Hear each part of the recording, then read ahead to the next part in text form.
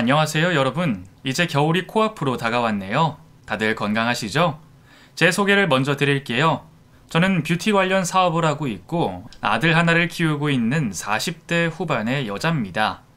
2달 뒤면 9수가 되네요.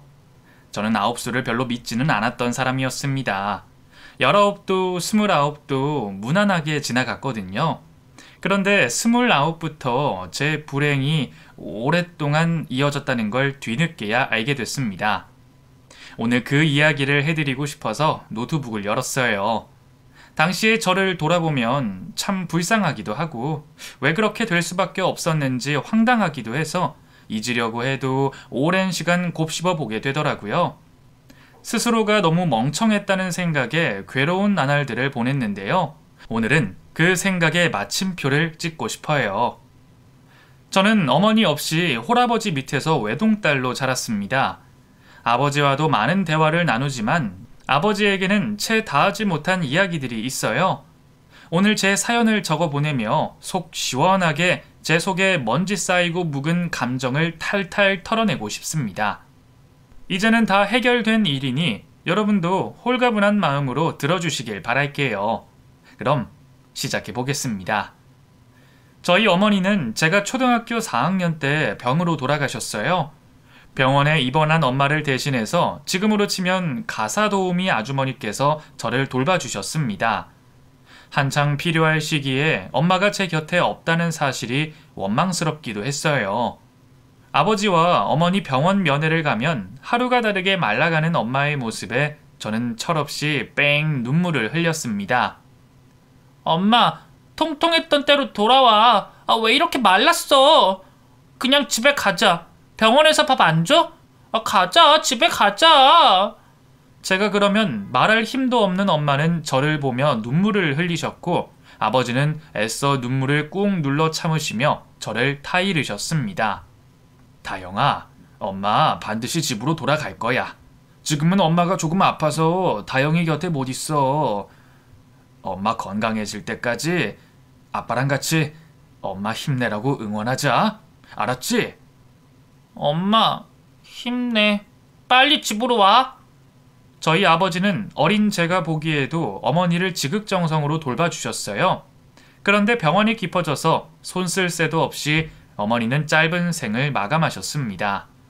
그때 처음으로 대성통곡하는 아버지의 모습을 봤어요. 그리고 아버지는 저의 친어머니가 돌아가신 후로 다른 사람과 살림을 꾸리지 않으셨습니다. 아버지 친구분들이나 친가 쪽 어른들이 아버지에게 새장가를 들라고 해도 절대 싫다고 하시던 기억이 지금도 생생해요. 새장가는 무슨, 난 우리 다영이 혼자서도 잘 키울 자신 있어. 나중에 다영이 엄마 만나면 부끄럽지 않게 최선을 다해서 살 거야. 사람들이 지질이 궁상이라고 욕을 해도 저희 아버지는 아랑곳하지 않으셨습니다. 그렇게 열심히 대기업 임원으로 일을 하시다가 결국 제가 중학교 3학년이 되었을 때는 사업체를 차리셔서 대박이 났어요. 사업이 잘 되고 부동산 부자까지 되니까 이런저런 여자들이 아버지에게 달려들더라고요. 그래도 저희 아버지는 돌부처처럼 꿈쩍도 하지 않으셨습니다. 나중에는 그렇게 고집이 세셔서 성공을 하셨나 하고 생각도 들 정도였으니까요. 아마도 아버지는 제가 새엄마를 맞이할 준비가 되지 않았다고 판단하신 것 같기도 합니다. 아버지의 깊은 속내를 저는 미처 헤아리지 못했어요. 다영아, 아빠랑 같이 미국 갈래? 응, 갈래요. 내가 공부하고 싶은 게 있는데 미국에서 하면 더 좋을 것 같아요. 저는 고등학교 1학년 때 아버지를 따라서 미국으로 유학을 가게 됐습니다. 당시에 아버지 사업이 미국까지 진출했던 시기였거든요. 저에게 선택권을 주셨지만 저는 아버지를 따라가고 싶었어요. 입시에 치중된 삶보다는 견문을 넓히고 싶은 마음이 강했습니다. 제가 뷰티 미용 쪽에 관심이 많기도 했고요. 미국에서 지낸 시간들은 제 인생에 있어서 정말 뜻깊고 또 좋은 경험이 됐습니다. 아버지는 일로 3년간 머물다가 돌아가셨어요. 저는 뷰티 경영과 제품 관련 학과를 졸업하고 4년 뒤에 한국으로 와서 아버지와 함께 지냈습니다. 그리고 한국에 돌아와서는 아버지에게 부탁하지 않고 제가 미국에서 아르바이트 하면서 모은 돈으로 1인 뷰티샵을 작게 차렸어요. 아버지 도움이 있기는 했습니다.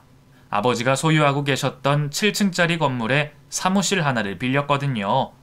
보증금은 내지 않았지만 그래도 월세는 꼬박꼬박 냈습니다. 다영아, 아빠 건물인데 뭐하러 월세를 내냐? 그래도 공과사는 확실히 해야죠. 보증금 못 드린 것도 죄송한데 월세는 낼게요. 으이구, 지 엄마 닮아서 야무져가지고. 그럼 그렇게 해라. 힘든 일 있으면 아빠한테 말하고.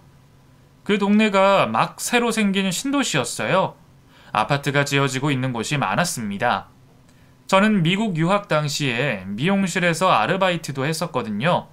그래서 간단한 남성 헤어컷과 여자 메이크업 등을 하는 뷰티샵을 차렸어요. 예약을 받아서 하루에 최대 10팀까지 받아서 일을 할 수 있었습니다. 초반에는 1인이 하는 뷰티샵이라고 하니까 낯설어서인지 손님들이 많지 않았습니다. 하지만 한번 예약을 하고 방문하셨던 손님은 꼭 다시 방문을 하셔서 단골 손님이 됐어요. 단골 손님이 늘어갈 때마다 제 실력이 인정받는 것 같아서 기분이 좋았습니다. 그렇게 즐겁게 일을 하다가 제 인생을 뒤흔들어 놓은 그 인간을 만나게 됐죠. 오늘 헤어컷 하러 오신 차혜성 씨 맞으시죠? 네, 맞습니다. 그리고 머리를 잘하신다고 소문 듣고 왔어요. 서글서글한 인상에 부담스럽지 않게 말도 잘하는 사람이었습니다. 머리 어떻게 해드릴까요? 그냥 선생님한테 맡길게요. 네? 후회 안 하실 거죠? 그럼요. 그렇게 저는 그 사람의 머리를 신중하게 다듬어줬습니다. 머리를 하면서 이런저런 이야기를 나눴어요. 5급 공무원 사무관 일을 하고 있다고 하더라고요. 제가 잘 몰라서 무슨 일이에요? 뭐 나라에서 투자하는 기업 예산안 짜고 그러는 거예요. 뭐 지원금은 한정적이고 참 머리 아픈 일이죠. 이런 1인 기업에도 투자하면 좋을 텐데요. 그렇구나. 제가 유학하고 와서 그런 쪽으로는 젬병이네요. 유학 다녀오셨어요? 어디요? 미국에서 10년 안 되게 살다가 왔어요. 거기서 뷰티 관련 마케팅 또 개발 공부도 했고요. 와, 다영 씨야말로 멋있네요. 다영 씨라고 불러도 되죠? 네, 편한 대로 하세요. 그 사람이 편하게 질문을 해줘서 저도 모르게 제 살아온 이야기를 하게 됐습니다. 그리고 그 사람은 본인 아버지는 정년퇴직을 앞둔 경찰 고위 간부고 어머니는 산부인과 의사라고 했어요. 두 분은 제가 변호사가 되길 바라셨는데 저는 공무원이 하고 싶더라고요. 집에서 꼴통으로 통해요. 왜요? 지금 하시는 일도 멋진데요. 머리 다 됐는데 한번 보세요. 저는 거울로 머리 뒤를 비춰줬습니다. 그 사람은 환한 미소를 보이며 너무 마음에 든다고 했어요. 그 모습을 보니 저도 보람되고 뿌듯하더라고요. 이렇게 마음에 드는 헤어스타일 정말 처음이에요. 저 여기 단골해도 되죠? 당연히 되죠. 또 오세요. 그리고 그 사람은 정말 2주에 한 번, 길게는 3주에 한 번씩 제 뷰티샵에 예약을 하고 찾아왔습니다. 찾아오면 항상 제 안부를 궁금해하고 본인 이야기도 잘했어요. 그러다 보니 조금씩 신뢰가 쌓이더라고요. 저는 제 야망에 대한 것도 그 사람에게 술술 털어놨습니다. 그 당시 유학을 다녀온 후라서 친구도 많이 없었고 그런 대화를 나눌 사람이 마땅히 없었거든요. 그 사람이 믿을 만한 사람이라고 판단한 저는 이런저런 이야기를 다 해버렸네요. 그게 제 오판이었다는 건 너무 뒤늦게야 알 수 있었습니다. 아무튼 그렇게 속 이야기를 나누다 보니 저희는 제 가게가 아닌 밖에서도 만나서 데이트를 하게 됐어요. 사실 저는 손님으로만 대하려고 노력을 했는데 그 인간이 적극적으로 구애를 했습니다.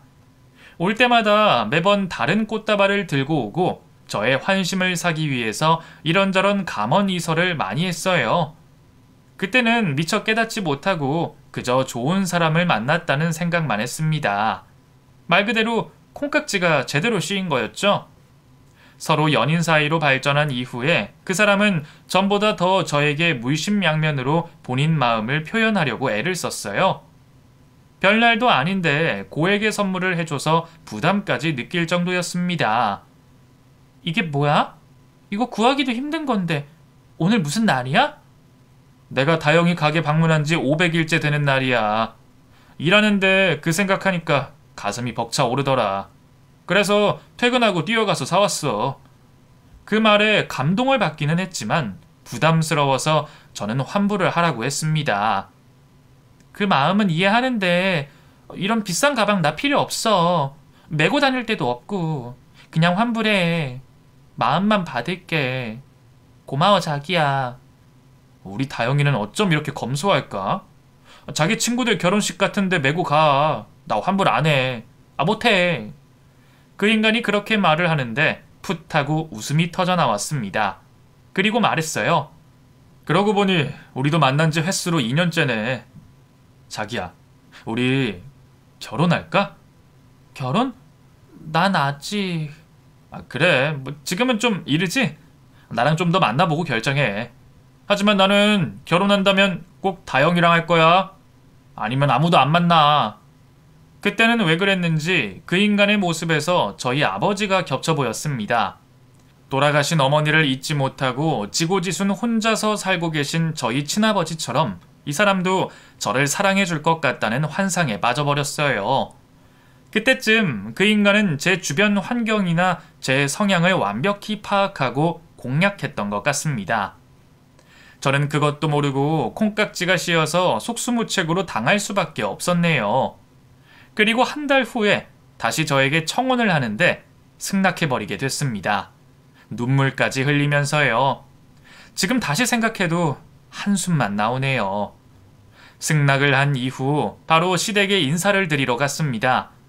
고급 아파트 꼭대기층 펜트하우스에 살고 있었어요. 입구부터 입이 떡 벌어지더라고요.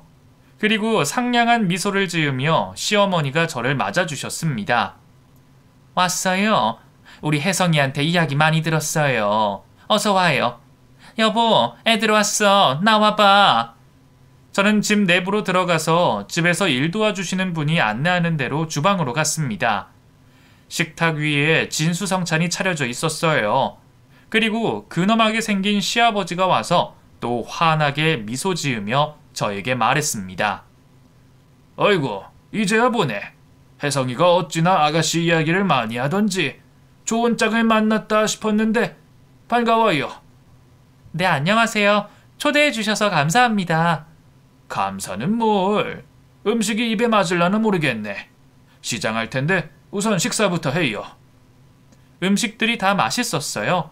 시어머니가 직접 하셨다고 하는데 속으로 전문직 일을 하시면서도 살림을 열심히 하시는구나 싶어서 대단하다는 생각이 들었습니다. 그리고 차분히 저에 관해서 물어보고는 본인들 이야기를 했어요. 내가 개인 병원을 하고 있는데 산부인과. 근데 이제 나도 60 넘고 하다 보니까 좀 힘에 부치더라고. 그래서 일 그만두고 남편이랑 취미 생활이나 하면서 살까 해요.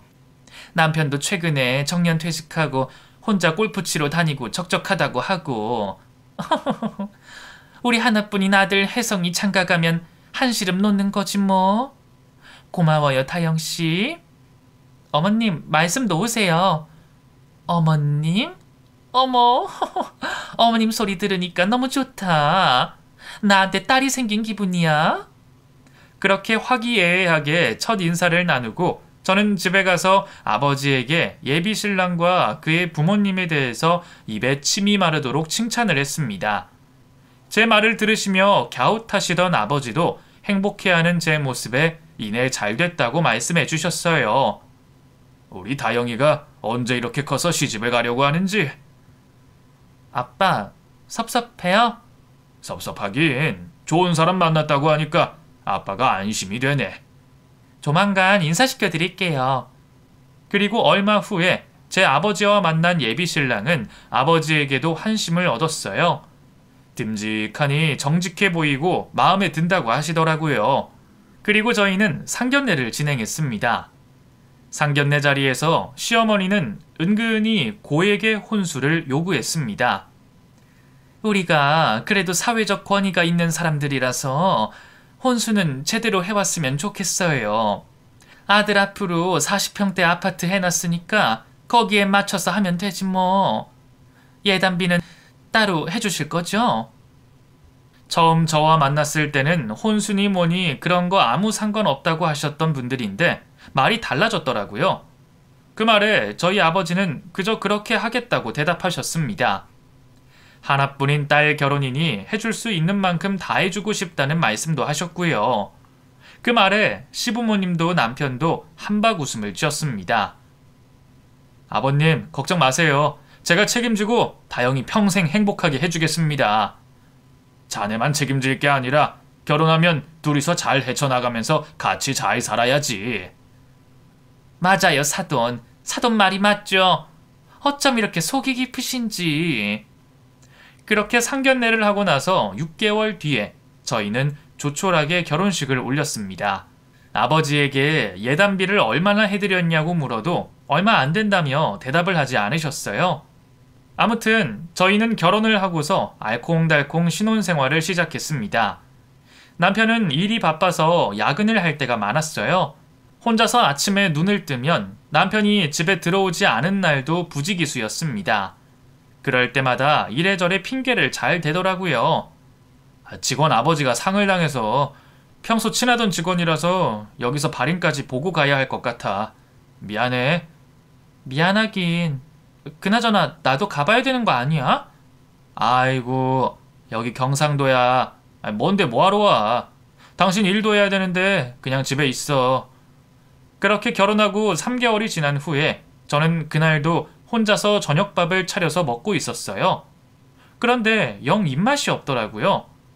좋아하던 젓갈을 먹으면 입맛이 돌까 싶어서 반찬 가게에서 사온 젓갈을 입에 갖다 대자마자 헛구역질이 나왔습니다. 뭔가 이상하다 싶어서 약국에 가서 임신 테스트기를 샀어요. 그리고 그 다음날 아침에 확인해보니 2줄이 뜨더라고요.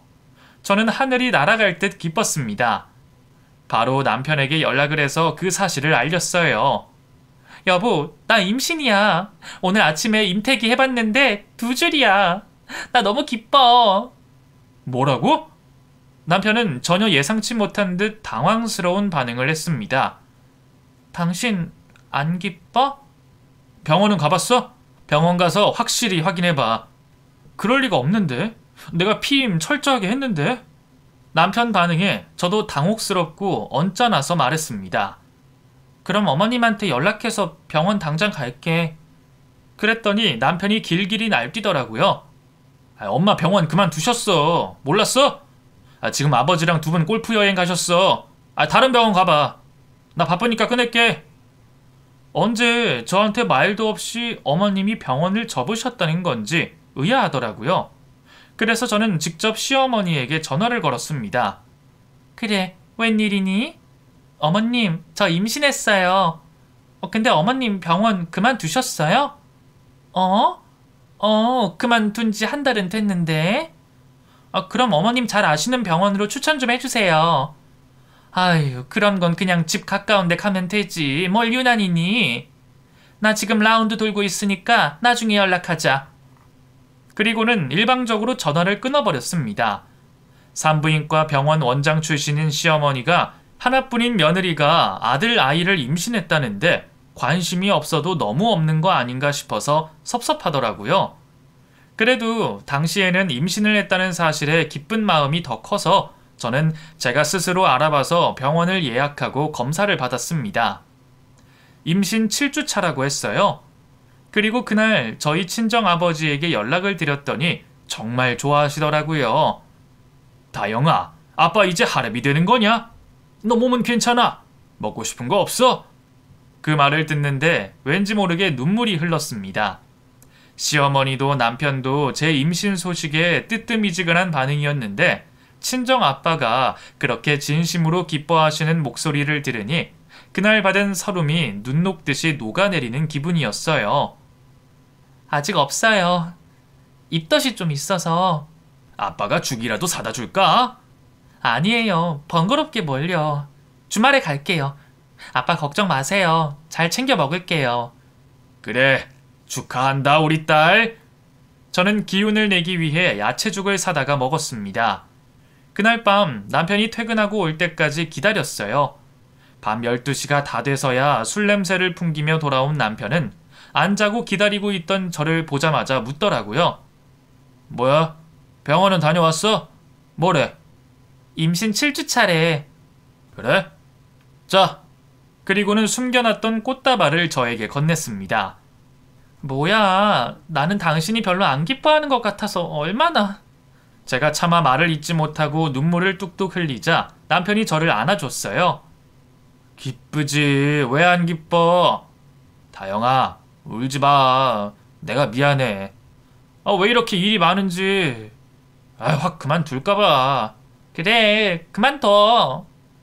그럼 다영이가 나 먹여 살릴 거야? 까짓거 그러지 뭐. 그렇게 오랜만에 남편과 농담을 주고받으며 다시 행복한 기분을 느꼈습니다. 지금 생각해보면 그 인간은 저를 본인 손 위에 올려놓고 이리저리 가지고 놀았던 거였어요. 지금도 다시 떠올리니 우라가 치밀어 오르는 기분입니다. 잠시 한숨 좀 돌려야겠어요. 아무튼 다행히 저는 입덧이 오래가지는 않았어요. 그리고 저는 9개월 만삭이 되었어요. 당시에 남편은 지방으로 발령을 받았다고 했습니다. 지방? 지방 어디? 부산 쪽이야. 미안해 다영아. 너 혼자 힘들 텐데. 부산? 그렇게 멀리? 나도 같이 갈까? 너 여기 일도 있잖아. 너 하는 일 그냥 때려칠 거야? 그건 안 되지. 길어야 5년이야. 5년이나? 근데 어머님은 왜 연락이 잘 안 돼? 나 임신하고 나서 어머님한테 궁금한 거 많았는데 통화로만 대충 말씀해 주시고 나 좀 섭섭해. 엄마랑 아빠도 부산으로 같이 가실 거야. 뭐라고? 왜? 왜는 아빠 엄마 부산에서 요트 사업하시기로 했어. 내가 말 안 했나? 근데 다영아, 혹시 10억만 융통해 줄 수 없을까? 뭐? 10억? 그 엄마 아빠가 묶인 돈이 있는데 지금 풀 수가 없어서 돈이 부족해. 요트 사업 시작하시면 금방 갚는다고 하시네. 나도 3억 빌려드렸어. 그 말에 저는 어찌할 바를 몰랐습니다. 그리고 결국 친정 아빠에게 손을 벌렸어요. 아빠는 미심쩍어 하시면서도 딸의 부탁에 어쩔 수 없이 돈을 빌려주셨습니다. 돈을 받고 남편은 기뻐하며 말했습니다. 고마워 다영아. 급한 불은 껐어. 내가 주말마다 올라올게. 나도 부산에서 지내기 싫은데 위에서 시키는데 어쩌겠어. 다영아, 돈은 금방 갚을 거야. 알았지? 그렇게 출산을 2주 앞두고 남편과 시댁은 부산으로 떠나버렸습니다. 솔직히 저는 아이를 낳고 시어머니의 도움을 받을 생각이었어요. 저에게는 친정 엄마도 없고 전문가인 시어머니의 도움을 받을 수 있을 거라는 부푼 꿈을 안고 있었는데 물거품이 돼버렸습니다. 그리고 돈도 한 달이면 갚는다고 했는데 차일피일 미루더니 나중에는 아예 입을 싹 닫아버렸어요. 병원에서 진통을 하는 동안 제 곁에 있어준 건 다름 아닌 저희 친정 아버지였습니다. 아버지에게 죄송하다고 했는데 괜찮다고 하시더라고요. 남편과 시부모님은 미안하다는 말만 하면서 이래저래 핑계를 대며 못 올라온다고 했어요. 아이를 낳으면서도 이게 뭔가 싶더라고요. 그렇게 간이고 쓸기고 다 내어줄 것처럼 굴던 남편도 사람 좋던 시부모도 다 제 곁에는 없었습니다. 저는 다행히 건강하게 4kg 우량아인 아들을 출산했어요. 태어날 때부터 머리카락이 빼곡하고 코도 오똑하니 너무 예쁘더라고요. 제 품에 안긴 아들을 보니 모든 근심 걱정이 싹 다 날아가는 기분이었습니다. 그리고 출생신고를 하러 갔다가 남편과 제가 혼인신고가 되어 있지 않다는 충격적인 사실을 알게 됐습니다. 여보, 우리 둘이 혼인신고가 안 되어 있는데 이게 무슨 일이야? 뭐라고? 내가 그때 정신이 없어서 서류를... 내가 조만간 올라가서 해결할게. 어처구니 없게도 아들을 낳고 나서야 저는 남편과 혼인신고를 했습니다. 혼인신고를 하지 않았다는 사실을 그때까지 까마득히 모르고 있었어요. 그리고 주말마다 올라온다던 남편은 한 달에 한 번도 올까 말까 했고 저는 혼자서 아들을 키워야 했어요. 운영하던 뷰티샵에는 직원을 두고 자주 나가지 못했습니다. 아들을 키우면서 양육비며 생활비며 모두 제가 번 돈으로 해결했어요. 남편에게 말하면 시부모님 요트 사업에 문제가 생겼다는 말뿐이었습니다. 그때 저는 어떻게든 제 가정을 지키고 싶었어요. 발령간 남편도 언젠가는 돌아올 거라는 믿음으로 사랑스러운 아들을 보며 버텼습니다. 그렇게 아들이 유치원에 들어갈 때까지 남편은 집에 올 생각을 하지 않았어요. 이미 그 전부터 남편과 시댁에 관해서 의심이 들었지만 당시에 저는 사실을 직면할 마음을 먹기 힘들었습니다. 여보, 이번 주에도 보다? 태준이 안 보고 싶어? 보고 싶지. 근데 못 갈 것 같아. 미안해. 네가 보내주는 사진이랑 영상 보고 있으니까 그걸로 버티는 거지 뭐. 그래, 시간 되면 바로 와. 이제 태준이도 엄마 아빠 알아볼 나이란 말이야. 알았어. 혼자 고생이 많아서 어쩌냐. 혹시 스톡홀름 증후군이라는 말을 알고 계시나요? 피해자가 가해자에게 감화되고 동조되어서 피해 사실을 제대로 인식하지 못하는 것이 딱 당시 제 상황과 같았습니다. 저는 분명히 비상식적인 일이 벌어지는 걸 알고 있으면서도 모르는 척하고 있었어요. 그 사실을 직접 눈으로 확인하게 되면 제가 꿈꿨던 행복이 다 무너져 내릴 것 같았으니까요. 어리석다고 생각하실지도 모르겠지만 지금에 와서는 당시의 저를 저도 이해하기 힘드니 여러분도 이해하지 못하는 게 당연하다고 생각합니다. 그런 식으로 억지로 부부관계를 유지하던 중 어느새 아들이 자라서 초등학교 입학을 앞뒀을 때였어요. 아들도 아버지가 있다는 사실은 알았지만 정을 느끼지는 못했습니다. 그날은 오랜만에 집으로 온다고 말했던 날이었어요. 남편에게서 새벽에 전화가 왔습니다.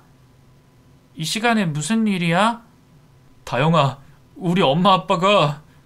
남편이 울먹이고 있었어요. 어머님 아버님이 왜? 바다에서 전복 사고를 당해서 돌아가셨어. 내가 경황이 없어서 너한테는 연락을 못했어. 내일 발인하고 장지로 옮길 거야. 저는 뜻밖의 소식에 심장이 덜컥 내려앉았습니다. 그리고 다음날 바로 저희 친정아버지와 함께 부산으로 향했어요. 연락을 했더니 이미 장지로 옮겼다고 하더라고요. 납골 땅에 나란히 안치된 두 분의 이름을 보고 저는 허망함에 눈물이 쏟아져 나왔습니다. 남편도 대성통곡을 했어요. 그런 남편을 보고 저희 아버지가 말씀하셨습니다. 얼마나 상심이 큰가. 아휴, 어쩌다가 이런 일이. 장인어른, 저 어떡해요? 효도도 제대로 못 해드렸는데. 그리고 얼마 후에 남편은 일을 그만두고 저와 아들 곁으로 돌아오겠다고 했습니다. 재산 상속 문제 해결하면 일 그만두고 태준이랑 당신 곁으로 돌아갈게. 조금만 기다려. 저는 이제야 제대로 된 가정을 이뤄 생활하겠구나 싶어서 기대했습니다. 그런데 시간이 지나도 올 생각을 하지 않았어요. 그리고 저에게 아들을 데리고 미국으로 유학을 가라고 했습니다. 우리 태준이 이제 초등학생 되는데 어릴 때 미국 유학 보내는 게 좋지 않겠어? 당신도 영어 할 줄 아니까. 내가 다 알아봤거든? 그 장인 어른도 허락하셨어. 그러니까 가서 3년만 지내다가 와. 내가 당장은 여기 일을 그만둘 수가 없어. 미안해. 3년 뒤에 오면 우리 진짜로 합쳐서 같이 살자. 내가 생활비는 매달 붙여줄게. 갑자기 유학을? 상황이 이런 걸 어떻게 해. 내가 재산 상속 받으면 장인어른한테 빌린 돈도 다 갚고 여기 생활 정리하고 부를게. 나만 믿어, 다영아. 저는 그 말에 또 속아 넘어가서 아들과 함께 미국으로 떠났습니다. 당시에 저희 아버지도 본인 사업하시느라 바쁘셔서 미국으로 떠난다는 저희 모자를 말리지 못하셨어요. 그래도 미국에서 오래 살았던 터라 적응하기는 쉽더라고요. 아들도 영어 유치원을 다녀서 그 나이대의 아이들과 금방 어울려 지냈습니다. 미국 물가도 세고 집 렌트비며 뭐며 돈이 한두 푼 드는 게 아니었어요. 처음 2달은 남편이 돈을 보내줬지만 그 뒤로는 연락도 잘 되지 않고 돈도 붙여주지 않았습니다. 저는 한국에서 운영하던 뷰티샵을 정리한 돈으로 미국 생활을 유지했어요. 그리고 미국에서 운 좋게 유명한 뷰티 관련 회사에 취업을 성공해서 거기서 일을 하며 돈을 벌었습니다. 그렇게 드문드문 연락을 주고받던 남편의 연락이 완전히 끊겼을 때 저는 불안한 마음이 들었어요. 그때가 딱 미국으로 간 지 3년째 되던 날이었습니다. 어찌된 일인지 아들 태준이도 한국으로 돌아가자고 보채더라고요. 엄마, 우리 이제 한국 가면 안 돼? 애들이 나 동양인이라고 무시해. 나 이제 미국 싫어. 어떤 못된 놈들이 우리 아들을 차별해? 걔들이 이상한 거야. 우리 태준이는 아무 잘못 없어. 알지? 응, 알아. 근데 나 이제 다시 한국 가고 싶어. 할아버지도 보고 싶고 한국 친구들 만나고 싶어. 아들의 말에 저도 한국으로 돌아갈 결심을 했습니다. 그리고 미국 생활을 정리하고 한 달 만에 한국으로 들어갔어요. 당시에 저희 친정 아버지가 마중을 나와주셨습니다. 할아버지! 그래, 우리 손주. 잘 지냈지? 저는 아버지에게 제가 살던 집으로 가달라고 했어요. 혜성씨랑 반년째 연락이 안 돼요. 아빠, 일단 저희 집으로 가주세요. 뭐? 왜 그렇게 오래 연락이 안 돼? 그놈 정말 이상해. 아빠, 혜성씨가 돈은 다 갚았죠? 돈? 연락 한 통이 없더라. 걔가 돈 갚는다고 하디? 아버지의 말을 듣고 저는 이제는 지옥이든 뭐든 현실을 직면해야 할 타이밍이라는 사실을 깨달았습니다. 그리고 제가 살던 서울 아파트 현관 앞에 도착해서 비번을 눌렀어요.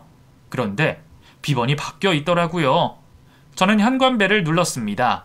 안에서 잠시만 기다리세요 하는 목소리가 들렸는데 그 목소리를 듣고 소름이 끼쳤어요. 그리고 현관문을 연 건 다름 아닌 죽은 줄 알았던 시어머니였습니다. 멀쩡하게 살아서 문을 열어주는 걸 보고 저는 졸도할 뻔했어요. 겨우 친정아빠의 부축을 받고 정신을 차렸습니다. 어머니가 어떻게 여기에 있어요? 제가 그렇게 말하며 집으로 들이닥치려고 했더니 힘으로 막아서더라고요. 나는 오늘 청소하러 온 아줌마인 줄 알았는데 네가 웬일이니? 우선 나가서 얘기해. 그건 제가 묻고 싶은 말이에요. 돌아가신 분이 멀쩡히 살아서 지금 이게 어떻게 돌아가는 상황이냐고요? 화가 나서 그런지 저는 힘이 샘솟아서 막아서고 있는 시어머니를 밀치고 친정아빠와 함께 집으로 들어갔습니다. 그런데 거실에 떡하니 결혼사진이 걸려 있었어요. 제가 아닌 처음 보는 여자와 남편의 웨딩사진이었습니다. 집으로 들어가니 사진 속 주인공 여자가 놀란 토끼 눈으로 나와서 저에게 누구냐고 물었어요. 저는 밖으로 튀어나올 것 같은 심장을 부여잡고 말을 했습니다. 저 이 사람 와이프인데요. 뭐라고요? 이 사람 와이프는 저예요. 결혼한 지 3년 됐는데 지금 무슨 말씀을 하시는 거예요? 저와 그 여자가 대화를 시작하자 살아 돌아온 시어머니가 똥 마려운 개마냥 어쩔 줄을 몰라 했습니다. 저는 아들은 친정 아빠에게 맡기고 그 여자를 데리고 밖으로 나갔어요. 그리고 그 여자도 혼자서 사업을 하는 여자고 그 사기꾼 가족에게 거액의 돈을 빌려줬다는 사실을 알게 됐습니다. 그 여자에게 제가 당한 일들을 말해줬더니 믿을 수 없다며 난리를 치다가 겨우 진정을 하고는 자기도 최근에 조금 이상했다고 이야기를 했어요. 어쩐지 좀 이상하기는 했는데 저는 그 인간들 사기로 민형사 고소할 거예요. 그쪽은요? 제가 묻자 그 여자도 정신을 차린 듯이 말했습니다. 당연히 저도 고소해야죠. 감사해요. 더 당하기 전에 알아서 천만다행이에요. 저와 일면식도 없던 그 여자는 서로 동지가 돼서 경찰과 변호사를 만나 그 사기꾼 가족을 고소했습니다. 경찰에서는 저희 둘 말고도 그 인간들에게 사기를 당한 사람들 5을 더 발견했다고 말했어요. 이거 완전 악질이네요. 두 사람 만나면서 다른 여자들한테도 동시에 사기를 치고 있었어요. 지금 현재도 사기 진행 중이었고요. 피해 금액만 50억에 달합니다. 그래도 애아빠라서 그 정도로 쓰레기는 아닐 거라 믿고 싶었는데 처음부터 끝까지 저를 속였다는 사실에 분노했습니다. 저와 아들을 미국으로 보낸 것도 당시에 다른 여자들에게 사기를 치면서 저의 존재가 불편했기 때문이었어요. 시어머니, 시아버지, 아니 늙은 사기꾼 연놈과 전 남편, 아니 파렴치한 악질 사기꾼들에게 당한 피해자는 저까지 7이었어요. 저희는 동시에 소송을 진행했습니다. 처음에는 자기들은 잘못한 거 없고 사랑해서 만났을 뿐이라고 말도 안 되는 변명을 해댔습니다. 내가 잘못한 게 있다면 다육이 너 사랑한 죄밖에 없어. 그 말을 듣고 저는 온 힘을 다해 귀싸대기를 날렸습니다. 개소리 그만해. 야, 이 새끼야. 넌 끝까지 금수만도 못한 놈이야. 제대로 반성할 때까지 끝까지 네 인생 조져줄게. 당한 만큼 돌려줄 거야. 저에게 한 비슷한 수법으로 사기를 쳐서 수십억의 금품을 갈취한 죄로 그 사기꾼 자식은 일반 사기죄의 형량보다 높은 징역 15년형을 받게 됐습니다. 그 인간과 적극적으로 함께 사기를 친 그 인간의 아버지 어머니도 징역 10년형을 받았어요. 알고 보니 시애비란 작자는 경찰 근무를 한 적이 있긴 하더라고요. 말단으로 일하다가 금방 그만둔 후에 빈둥빈둥 놀면서 지내며 사기칠 궁리만 했던 겁니다. 시어머니는 산부인과 의사는커녕 초등학교 졸업장도 없던 사람이었어요. 정말 치밀하게 계획하고 실행한 사기꾼들이었던 겁니다. 재판 결과 사기꾼 가족의 재산을 모두 몰수했고 저는 다는 아니지만 사기 피해를 당한 돈의 일부를 돌려받을 수 있었어요. 그 인간에게 사기를 당한 사람들이 저에게 고맙다고 했습니다. 다영씨 아니었으면 죽을 때까지 몰랐을 거예요. 정말 저희 생명의 은인이세요. 고마워요. 뭘요? 다들 고생하셨어요. 사기꾼 가족이 징역을 살기 시작했고 저는 이혼 소송도 해서 완전히 갈라섰습니다. 2년이 넘는 소송을 진행하면서 제 아들에게 아버지는 없다고 생각하라고 말했습니다. 평소 아들을 자주 만나지도 못했던 사람이라서 아무 미련도 없다고 하더라고요. 그렇게 시간이 흘러서 아들은 대학을 졸업하고 로스쿨에 입학했어요. 저는 뷰티 사업을 하면서 사업을 확장해서 지금은 연매출 20억에 달하는 기업으로 성장을 시켰습니다. 저희 친정아버지는 은퇴를 하시고 제 사업을 조금씩 도와주시면서 여유로운 노후 생활을 보내고 계세요. 몇 년 전에 전 남편이 출소를 했다는 소식을 건너 들었습니다. 다 잊었다고 생각했는데 그 소식을 듣자 저와 아들을 찾아와서 해코지를 할까봐 어쩐지 두렵더라고요. 아니나 다를까 그 인간이 어떻게 알았는지 제 회사 앞으로 찾아왔습니다. 저는 기절할 듯이 놀랐어요. 뭘 그리 놀라? 잘 지냈어? 왜 왔어? 당신 성공했네. 잘됐다. 그래도 나 태준이 아빠잖아. 태준이 보고 싶어서 왔어. 미쳤어? 내가 너 같은 쓰레기한테 내 아들 보여줄 것 같아? 너 죽었다고 생각하고 살고 있으니까 태준이 만날 생각은 꿈에도 하지 말고 돌아가. 나 면접 교사권 있는 거 몰라? 너 그거 이행 안 하면 내가 소송이라도 걸 거야. 야, 이 미친놈아. 너 태준이 태어나서부터 감옥 가기 전까지 한 번이라도 태준이 걱정하고 보고 싶어 한 적 있어? 이제 와서 뭐? 니놈 꿍꿍이 내가 모를 줄 알아? 죽고 싶지 않으면 돌아가.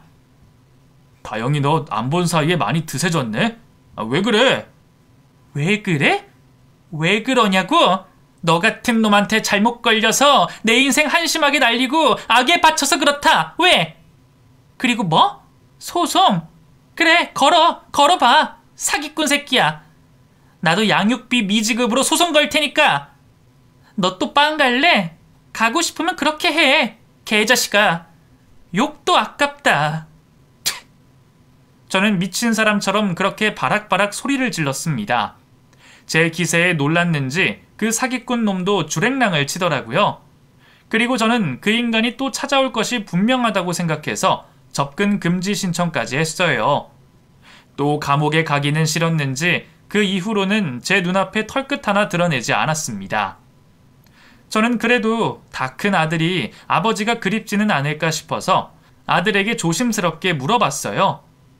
태준아, 너 혹시 아빠 만나고 싶진 않니? 그러자 아들이 표정이 싹 굳어서 정색을 하고 대답하더라고요. 엄마, 다시는 그 사람 이야기 꺼내지 마세요. 그런 인간이 제 아버지라는 사실 떠올리기만 해도 불쾌해서 미칠 것 같아요. 죽을 때까지 보고 싶지 않아요. 어린 아들도 저보다 더 큰 상처를 받았을 것 같아서 저는 가슴이 아팠습니다. 아들의 말에 아들을 안고 말했어요. 그래, 생물학적 아버지는 인간도 아니었지만 우리 태준이는 그 인간이랑 달라. 우리 다시는 그 인간 생각도 말고 잘 살자. 엄마가 미안했어. 고생 많았어, 아들. 엄마야말로 고생하셨어요. 저 꼭 정의로운 변호사 돼서 엄마한테 효도할게요. 아들은 지금도 로스쿨에서 우수한 성적을 유지하며 열심히 다니고 있습니다. 내년이면 졸업을 하고 일선에 뛰어들겠네요. 한때 잘못된 선택을 하는 바람에 본의 아니게 저희 친정 아버지에게도 속을 썩혀드렸네요. 아버지, 앞으로 지금처럼 건강하게 120살까지만 살아주세요. 제가 더 효도할게요. 여러분, 제 사연은 여기까지예요. 이제는 정말 후련하네요. 여러분도 항상 행복하시고 건강하시길 바랍니다.